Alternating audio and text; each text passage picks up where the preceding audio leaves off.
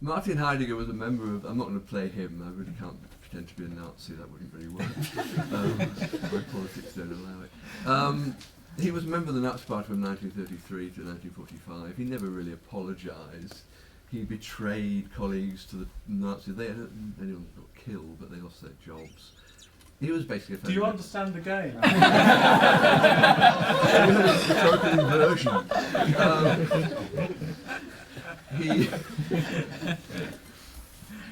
He, I say, never apologised for it. He said very little about the Holocaust. He did say one or two quite interesting things. So why on earth would I be standing here trying to defend him? I think the kind of, given a very short amount of time, the basic reason is that he argues in a way that all the others are kind of out of date. That they don't, even Nietzsche, though he's a very big fan of Nietzsche's, even Nietzsche doesn't really get where philosophy is going, where the world's going.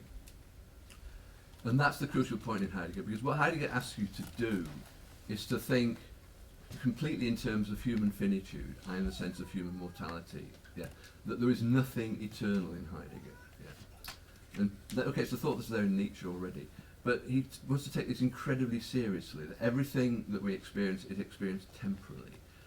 So the whole idea that what we're looking for in philosophical truth is a final account of the way things really are is a misapprehension, because we don't seem to get there, and that feeling that presumably everybody has. We do philosophy, everyone just ends up disagreeing. What's the point?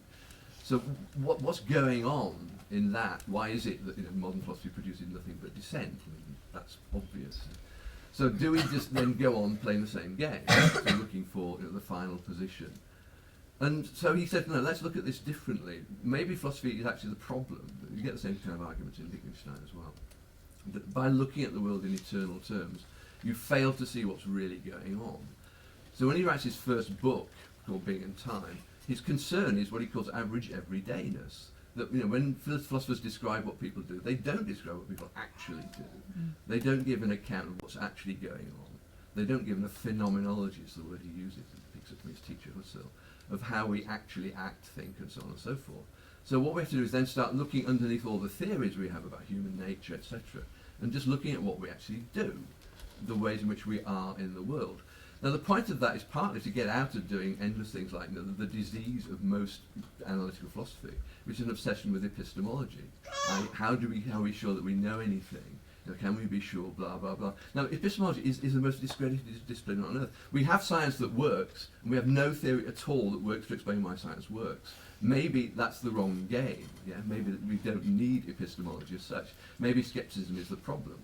Yeah, that's created by philosophy, because nobody else who actually in the everyday world worries about, is that thing really there? Is there really a... Come on. That's not what we deal with is, we pick up things, we use them. So he starts to look at the way in which we relate to objects for real, yeah? And the most of the time, when you're writing, you don't think about a pen. Ooh, look, I have a pen in my hand, I am writing. Yeah, right. No, you write. You're involved in the world. Do you actually have doubts about the pen in your hand? You must be kidding. Yeah.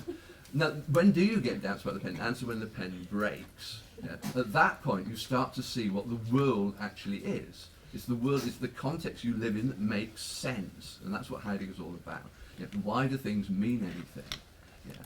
And he doesn't start, as even Nietzsche, early Nietzsche at least, does, with a kind of the idea of a world which is meaningless, we're stuck out in the void, and how can we make sense of it, how can we drag sense out of the world? No, he says that's nonsense. We get up in the morning, we have breakfast, we do stuff, because the world is inherently meaningful. That's what we need to be describing in philosophy. Yeah. How is the world meaningful? And that's not, that gets you out of the whole ball game of, do we really know anything? Well, modern science says, yeah, we do actually, we know a lot. We can do endless, and at that point, then the later Heidegger starts to kick in, because Heidegger thinks, having done this, revealed how are we actually in the world, how do we actually function? Then start to look at, well, how does what actually is science doing? And of course, everyone thinks, let's worry about is science true? Well, why not worry about what science produces, which is factory farming, Hiroshima, ecological crisis, etc. And the question is, well, why is it that this enterprise that the philosophers spend all the time worrying about, is it true or not, ends up producing a world which is going down the tubes? I mean, he's very much an ecological thinker. What is it about our relationship to our existence that ends up with us trying to manipulate and understand everything in ways that end up being destructive. What does it mean? Why is it we end up in that situation? And that's what Heidegger's fundamentally concerned with. You know, what does it mean for human beings to be? And why is being intelligible at all? Not in the sense of explaining it through a science, through neuroscience or whatever. Simply, how is it that we even come to do neuroscience?